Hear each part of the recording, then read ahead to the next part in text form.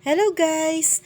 Mapagpalang araw sa inyong lahat. Ngayon po ay magluluto tayo ngayon ng patola con canton. Ayan, ito po ang mga sangkap ng ating lulutuin ngayon. Una po ay pipirito muna natin ang sahog.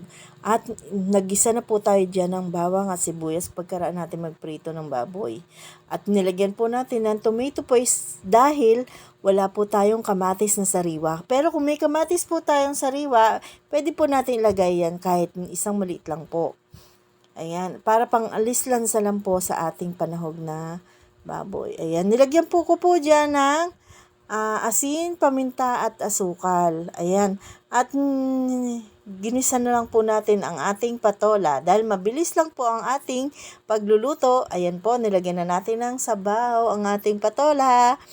At syempre, lalagay na po natin ang ating kanton. At ganyan lang po ang pagigisa ng ating patola. Masandali lang po yan, maluluto na rin ang ating patola. Kaya hinulog na natin ang ating kanton habang kumukulo na po yung ating sabaw.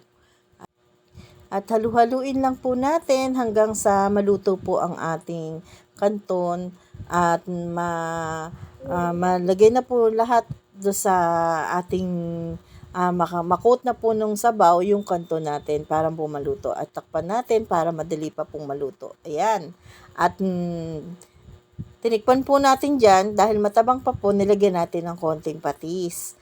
Ayan, at pwede na po yan. Luto na po ang ating patola con canton.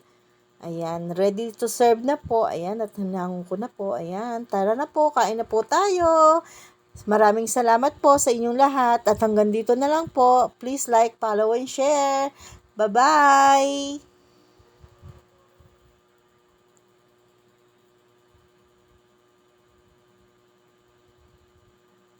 Ito na po ang ating finished product.